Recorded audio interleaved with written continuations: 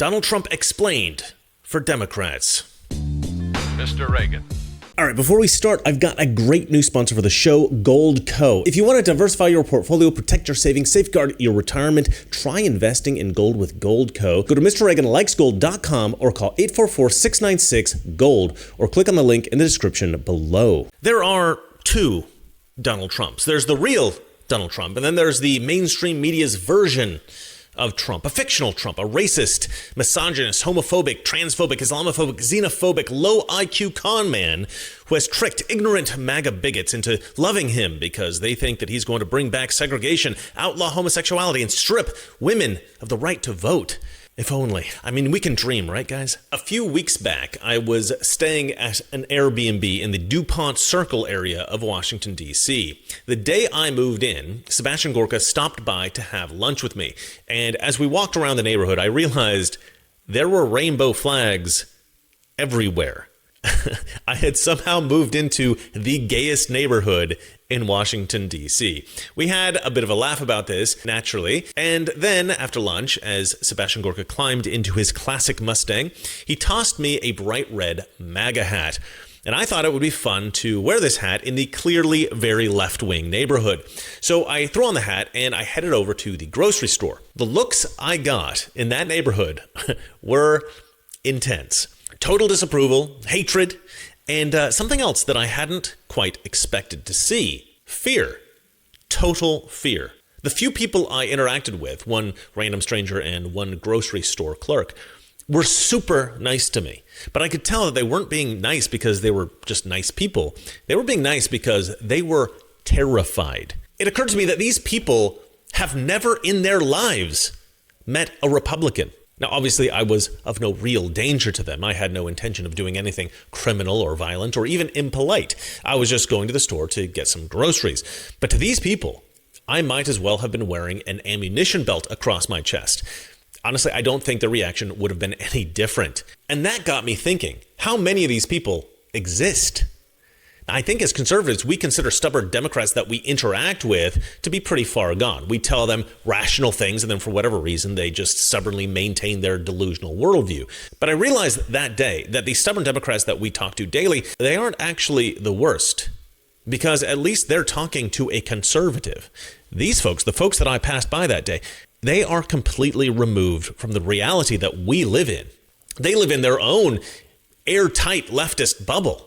They have no exposure outside their delicate Democrat reality. They see a guy in a MAGA hat and they genuinely believe that they are seeing a domestic terrorist. I mean, I think that many of us hear Democrats use words like fascist dictator and we laugh it off as hyperbolic rhetoric. The Democrats we know, yeah, they think Trump's bad, maybe even dangerous, but they don't actually think he's Mussolini. But these folks do.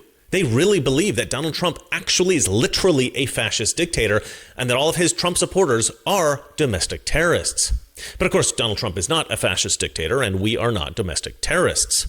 But if we can't convince our Democrat friends, how will we ever reach these much more radicalized leftists? How do we talk about Donald Trump in a way that will actually communicate what Donald Trump really is about to people that blindly hate him? And so that's what this video is. It's a primer. It's Donald Trump 101. It's an explainer video that hopefully you can use to help you to explain Donald Trump to your friends. The most astute observation I ever heard anyone express about Donald Trump, the difference in the way the left and the right perceives him in America, was by the journalist Selena Zito. She was writing an article in Atlantic magazine. She wrote, "The press takes him literally, but not seriously. His supporters take him seriously, but not literally." And that is the dichotomy that has plagued our political discourse from the start. The way Trump speaks is not always clear to leftists. They truly believe that Trump is evil, and so they interpret everything Trump says as uncharitably as possible. Trump supporters are different. They get Trump. They can accurately decode his language. Trump supporters understand when Trump is being hyperbolic, when he's being provocative, when he's joking, when he's negotiating, when he's bluffing. Trump supporters understand that, for the most part, Trump is a pretty authentic guy. Trump supporters understand and accept that Trump is a showman. And when he puts on some kind of an act, like a phony photo op or something, his supporters get it immediately. It's not a deception. The artificiality is totally transparent. It's all part of the show. And to them, it's fun. So this outfit, you know, is when he called us all garbage. How stupid, what a stupid word. That blows deplorable away, don't you think? And one of my people came in and said, sir, you know, the word garbage is the hottest thing right now out there.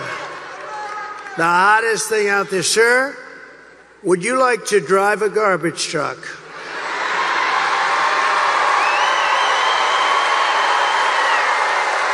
They pulled up this garbage truck. I don't know how the hell they did it so fast. I have very capable people. And then I actually said, I climbed into the truck, but so I said, how the hell do you get into this truck? It's way up high. It's a big one. This was a beauty. I said, you didn't have to buy it that big, right? You have to get it that big? So I said, man, if I don't get up there, this is going to be very embarrassing.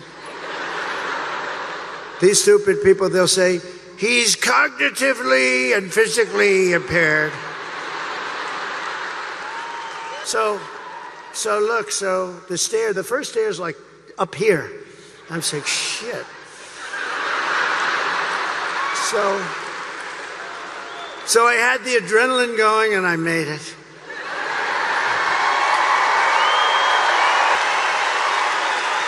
I made it. And then I gave a little news conference from the front of the, they asked their wise guy questions and everything. And then we drove about 2 feet. I got out, got into the plane. And I come into the arena and I say, where's my jacket? I want to get out of this thing. And they said, it would be unbelievable if you could wear it on stage. I said,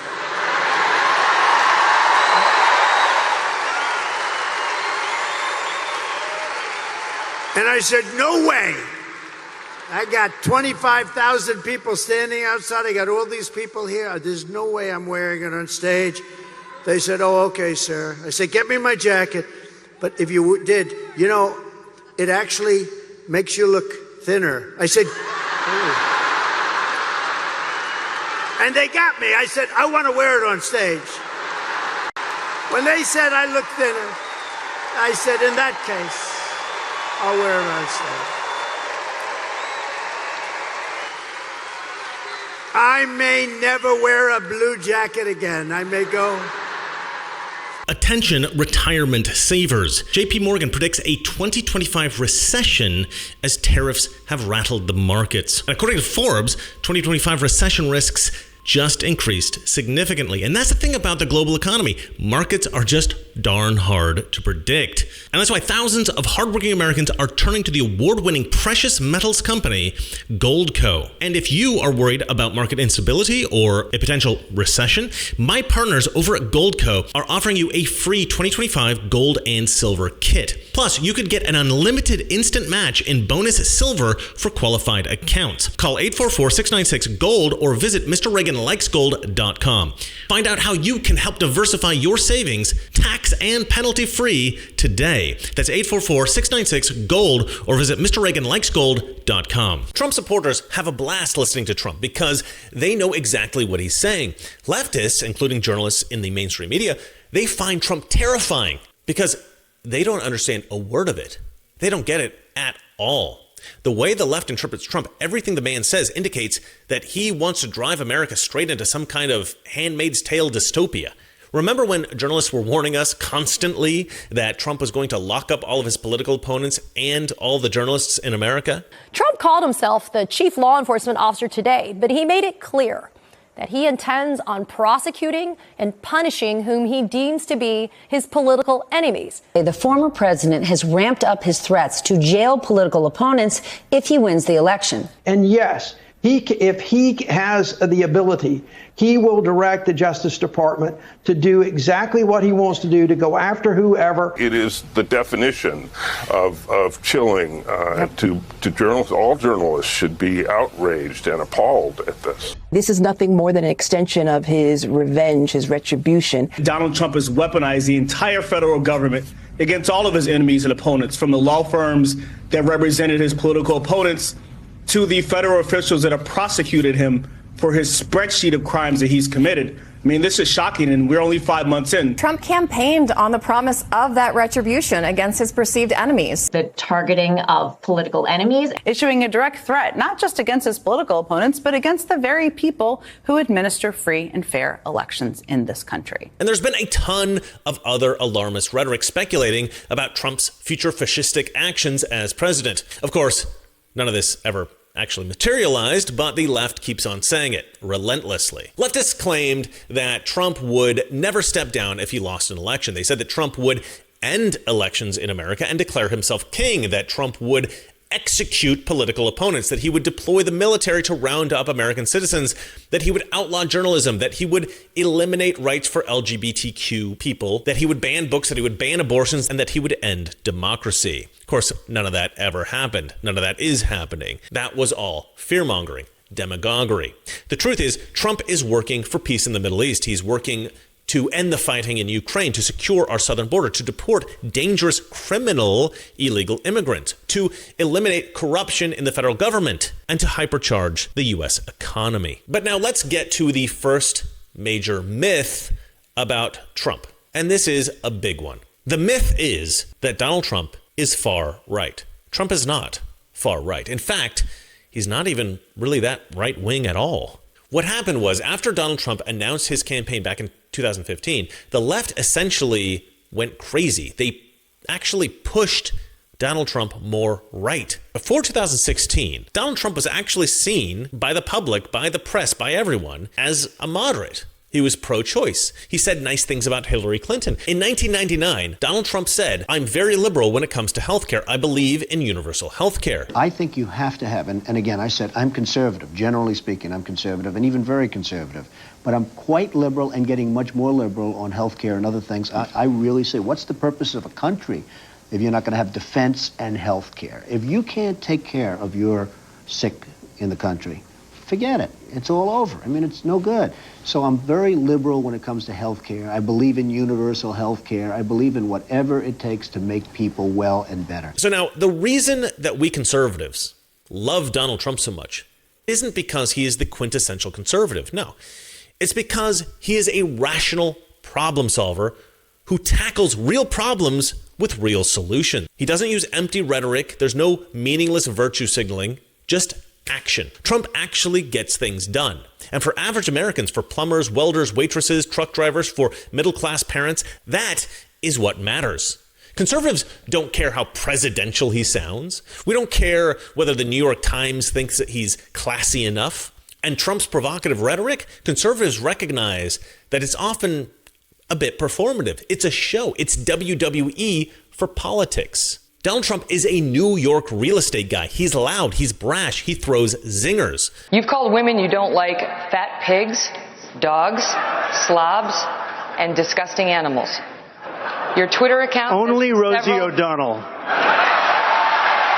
It's just awfully good that someone with the temperament of Donald Trump is not in charge of the law in our country. Yeah, because you'd be in jail. Secretary Clinton. In Springfield, they're eating the dogs, the people that came in. They're eating the cats. They're eating the pets. Those weren't policy positions. Those were crowd pleasers. That's what Donald Trump does. He wins hearts, he wins minds, and he wins headlines. The eating the cats, eating the dogs thing, that turned into a song that went absolutely viral all over the internet. They're eating the dogs. They're eating the cats. Eat the cat. Eat the cat. And that kind of stuff is so frustrating for those who supported Hillary or Joe or Kamala. But just because it's frustrating, just because it's annoying, it doesn't mean that Donald Trump is evil. It just makes him savvy. And so when Donald Trump says something provocative and the left is clutching at their pearls, Trump supporters are laughing because we get the joke.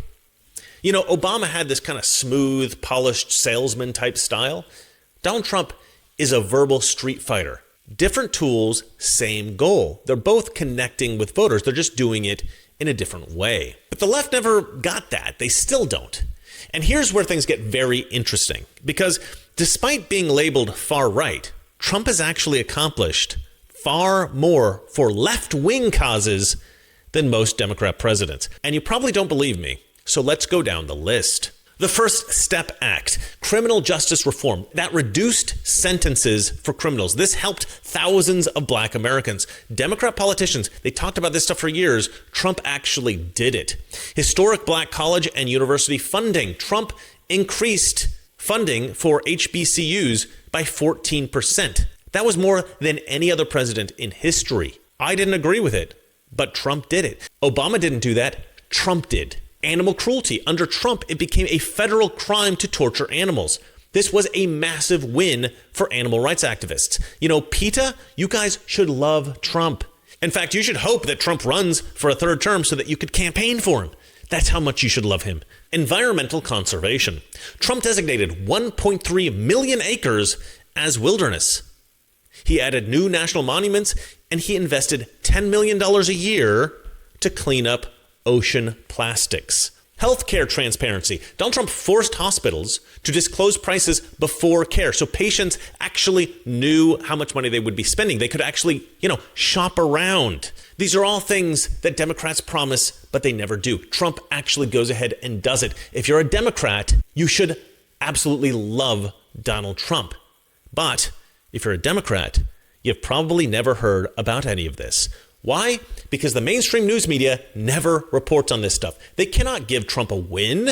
That would undermine their constant bombardment of anti-Trump propaganda. Trump appointed Rick Grinnell, an openly gay man, as acting director of national intelligence in his first term. This was the first gay person to ever hold a cabinet level position. Furthermore, and this is huge actually, Trump launched a global initiative to decriminalize homosexuality in countries where homosexuality is still punished with imprisonment or death. But did you hear about any of that on CNN? Of course not. The truth is, if you just looked at Trump's policies without knowing where they came from, Democrats would love them. They would think that these were Obama wins, but they're not. They're Trump wins. But Democrats have been taught to hate this man so much that they compulsively reject anything that Trump says or does. They don't even think about it. They reject the medicine because they don't like the spoon that it's being delivered on. The best example of this is the issue of school choice. If you live in a poor neighborhood, if your local public school is garbage, if your kid is getting a terrible education, what are your options? None.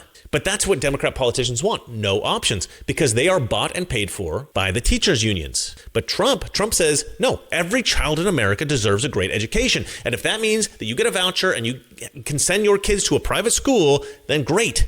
And listen to this, because this will blow your mind. School choice disproportionately helps Black and Latino kids in failing districts. Democrats say that they care about Black lives, but they trap Black children in failing schools. Trump actually fixes this problem, and still they call him racist.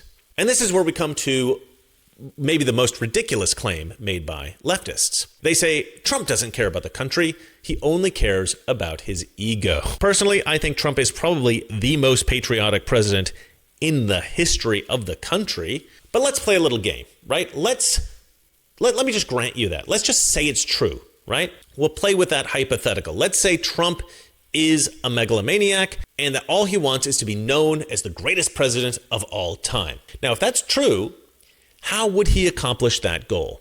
There's only really one way to do it. He'd have to actually be the greatest president of all time. You can't con your way into greatness, maybe temporarily, but not for posterity. If Trump wants to be perceived as the greatest president in history, he has to be great with the economy, with foreign policy, with peace deals, with border security, and rebuilding our infrastructure. In order to be perceived by future generations as a truly great man, you actually have to be a truly great man. You have to do the work. You have to deliver. And so even if the left is right about Trump's motivations, they're still wrong about the outcome. Because in order to satisfy that legendary ambition, Trump has to win for the American people. And that is exactly what he has been doing. And so don't think of Donald Trump as a Republican. Think of Donald Trump as a pragmatist. Because Donald Trump is not a conservative ideologue. He really is just a pragmatist. He is a deal maker. Trump's approach to governing isn't about pushing some rigid political philosophy. He's not obsessed with abstract theory. He's obsessed with one thing: results. And this is where he differs from every other politician in Washington. He actually wants to solve problems. That's it. That's the secret. That's why we love him. You give Trump a problem, he doesn't ask, what would a Republican do here? He asks, what works? And that's why during his first term, he deregulated more than any president in modern history, unleashing massive economic growth. And at the same time, he signed paid parental leave for federal workers, a progressive policy that the left had claimed to support for decades, but they never actually passed. Trump also worked with both parties to pass the First Step Act, which was co-sponsored by Democrats like Cory Booker. And in 2025, he backed a bipartisan bill called the Take It Down Act to combat online AI pornography. This was co-sponsored by Ted Cruz and Amy Klobuchar.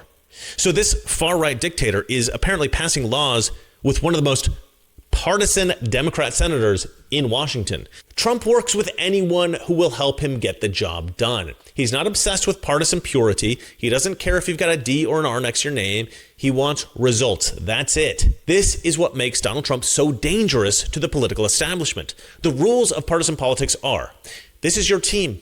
You stay on your team. The other team, they're the bad guys. But Trump breaks those rules because, you know what? The rules are stupid. But you know who 100% follows the rules of partisan politics? The mainstream media. The press loves to say that Trump hates the media. They say he's an authoritarian trying to destroy the First Amendment. Now, Trump does not hate the media. The media hates Trump. Trump's war with the media is reactive, not authoritarian. The moment he ran for president as a Republican, they set out to destroy him. And when Trump called them out for being corrupt and biased and dishonest, well, then, of course, they lost their minds. They thought that they could control the narrative, but Trump refused to play by their rules. He called them fake news because that's what they are. They push anti-Trump propaganda while intentionally neglecting to report on Trump wins. But what's crazy is that no matter how negative the reporting is, Donald Trump always tends to come out on top. And I think it's because more and more Americans recognize that Trump is working within the parameters of reality, and the mainstream news media are indulging in left-wing fantasy fiction. But you know what? This makes it almost unfair because when your opponent lives in La La Land, it's very hard for them to compete in the real world. To win in the real world, you need to recognize reality, and then you need to find ways to achieve excellence within that reality. A perfect example of this is the reality of hierarchies. This is something that the left hates. The left hates hierarchies. They're always trying to dismantle hierarchies. The whole concept of Marxism is to create a level playing field, to destroy hierarchies. This is a concept that the clinical psychologist Jordan Peterson has explored in great detail. And I think Donald Trump has got to love hierarchies. Why? Because hierarchies create obvious metrics for excellence. The idea is simple. Hierarchies exist in every society, in every discipline, everywhere on earth. And in a meritocracy, in a fair-minded capitalist country free of DEI, hierarchies reward competence. When something needs to get done, we find the best person for the job and we let them lead. And Donald Trump loves meritocracy. He doesn't care what school you went to, what color you are, what pronouns you use. If you are the best at what you do, Trump will hire you. Scott Bessent, gay. Vivek Ramaswamy, Indian. Pam Bondi, a woman. Sebastian Gorka, an immigrant. And Elon Musk is, of course, a proud African American. But unlike the Biden administration, their race, gender, nation of origin, or sexual orientation did not win them Trump's admiration. Trump loves these people because they are awesome and they are amazing at what they do. Trump doesn't build cabinets for diversity optics. He builds them like a business team, the best person for each job.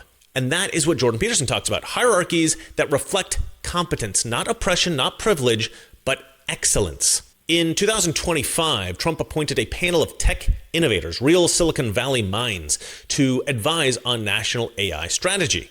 Now, these folks were probably all radical leftists. So then why? Why would Trump bring them to DC? Because they're the best. He doesn't pick people for press releases. He picks them to win. And that's what all of this really boils down to. Trump loves winning. It's not arrogance.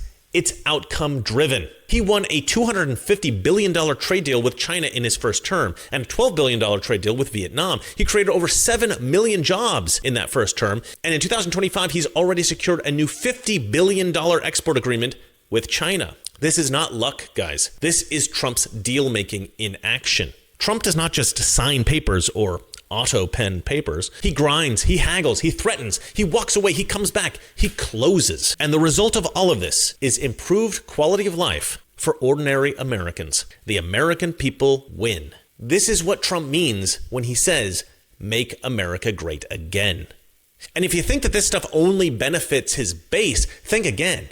In 2019, black unemployment hit a record low. Hispanic unemployment, record low. Wages for the lowest paid Americans up 4.5%. And this was not a fluke. Trump's economy lifted everyone. Not just the rich, not just the red states, as the leftists like to say, everyone. And that's what winning really means. It's not about photo ops. It's about a real impact on real people. And this is what makes Donald Trump so effective, what makes him uniquely capable of these wins. It's because Donald Trump accepts reality. If you want to win in business or politics or life, you have to assess reality accurately. While the left is busy pretending men can get pregnant, Trump is cutting new semiconductor deals to protect America from Chinese tech threats. The left is banning plastic straws while Trump makes the U.S. energy independent. Trump has figured out what he needs to prioritize. He wins because he is firmly grounded in reality. All right, now let's deal with the elephant in the room, the left's favorite Donald Trump attack, the big one. Trump is a racist. Trump is a sexist. He's a homophobe. Trump is an evil bigot. Now, if you're watching MSNBC all day, I get it. You have been programmed. You have been conditioned to believe that narrative. Every headline, every segment, every panel of professional outrage merchants reinforce that image of Trump, not as a man, but as a monster. It is, of course, a complete lie. Not just mostly false, not just taken out of context. It is entirely fabricated. But in order to understand that, really, you need to do a little research. You need to look at Trump's actions, not his tweets, not the sound bites, not the cherry-picked quotes, the actual policies, the decisions, the record. And look, you may not like Trump's style. That's fine. But like, if somebody came up to you with a business deal, but you got to work closely with this guy for a year, but you know that this guy can make you like $10 million next year. Are you going to go into business with him, or are you going to avoid it because you don't like the way he speaks? No, of course you're going to go into business with this guy. The same thing is true of the president. Do you want a guy who speaks in like a slick, polished manner like Barack Obama, but doesn't do anything? Or do you want somebody who's a little bit more bold and provocative, but gets stuff done? And that's really the question, because it's not, everything about Donald Trump being an evil bigot is just a complete lie, right? The only reason people believe that is because the media keeps reporting it, right? But why do they keep reporting it? Because if it's so not true, Chris, why would they keep saying it? Well, it's because they can't beat him honestly. They can't beat him with the truth, so they use deception. They twist everything. There was one instance in particular, I remember early on, about this disabled reporter. There was this disabled reporter, and the media told you that Donald Trump had mocked him specifically by imitating his physical disability. You may remember this. Donald Trump facing new criticism for something he did on the campaign trail last night in South Carolina while defending his debunked claim that he saw thousands of Muslims celebrate the collapse of the Twin Towers here in New York. He appeared to mock a reporter with a disability. Take a look. Written by a nice reporter. Now the poor guy, you got to see this guy. Oh, I don't know what I said. I don't remember. He's going like, I don't remember. Oh, maybe that's what I said. This is 14 years ago. They didn't do a retraction. That reporter he is talking about is Serge Kovaleski, who now works for the New York Times. As you can see right there, he suffers from a chronic condition that impairs movement of his arms. A Times spokesman says they find it outrageous that Trump would ridicule the man's appearance. Donald Trump had spoken about this guy and said that he, like that. He'd done something like that, right? And this clip went everywhere. It went totally viral. Every leftist watched it. They still talk about it to this day. But what they didn't tell you was that Trump used to use that same flailing motion constantly. He would mock everyone with this. If you were caught lying or panicking or groveling, Trump would go, nah. That's what Trump did. He doesn't really do it anymore, but he used to do it all the time. There are literally dozens of clips with Trump doing this same impression, including ones mocking Ted Cruz, Jeff Sessions, Hillary Clinton, and even himself. But they don't show you those. They showed you the one clip, stripped of all context, designed to make you hate Trump. And it worked. It still has worked. People still believe this.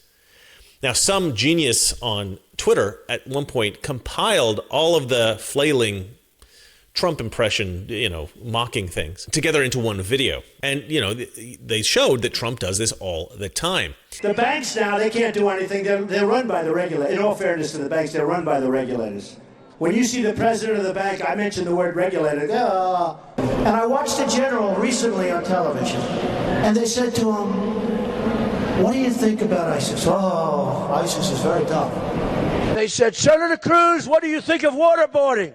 I don't want to talk about it. He didn't want to talk about waterboarding. And that video actually completely red-pilled one very fiercely liberal gay hairdresser living in New York City. His name was Brandon Struck. Or Brandon Straka, or I can't remember. I don't know how to pronounce that guy's name. Anyway, this guy hated Donald Trump. He believed all the headlines. But one day somebody sent him that video, that compilation video of Trump doing that gesture over and over again. And he realized the media had lied to him intentionally. He started questioning everything. What else did they lie to him about? And he eventually realized that he had been misled on just about everything. He had been living in an entirely fabricated reality built by the media to control him, to control his mind. And so what happened to Mr. Struck? Well, he went and he started the walk away movement. This encouraged other people to do the same, to walk away from the left, to walk away from the lies, to walk away from the manipulation, the delusion. And Brandon is now one of the most vocal and articulate defenders of Donald Trump. Democrat voters are constantly bombarded with radical left propaganda, and they are shielded from seeing or hearing anything which might challenge the fragile bubble in which they live. This is not just bias, this is isolation. The left controls the news you see, the movies you watch, the music you hear, the social media platforms you use, the schools you send your kids to, the government agencies that collect your data, the corporations that you buy from, the banks that you store money in, everything. So when somebody breaks free, when somebody finally sees the truth, it's kind of jarring. It shakes up the whole system. But you know what? For the person who sees it, who wakes up, who takes that red pill, it is exhilarating. Because once you see through the lies, you can't unsee it. You realize Trump is not who they told you he was. He's not a dictator. He's not a monster. He's not an extremist. He's a builder. He builds towers. He builds businesses. He builds peace. He builds alliances. He builds movements. Trump did not become the champion of the right because we were told to like him. He became our champion because he's actually fighting for us. Even when it would have been easier to quit, easier to retire, easier to step away from a presidential campaign after being shot by a would-be assassin's bullet, he didn't. He stood up, and he's still standing. He's standing for you, even if you hate him, even if you think you know him, even if you have bought into the lies, he is still standing for you. Because Donald Trump is not fighting for applause. He's fighting for America. All right, let me know what you guys think in the comment section below. And remember, it's not that our liberal friends are ignorant. It's just that they really know so much. That is not so. Good night. We're at war with the most dangerous enemy that has ever faced mankind in his long climb from the swamp to the stars. And it's been said if we lose that war, and in so doing lose this way of freedom of ours, history will record with the greatest astonishment that those who had the most to lose did the least to prevent its happening. If we lose freedom here, there's no place to escape to. This is the last stand on earth.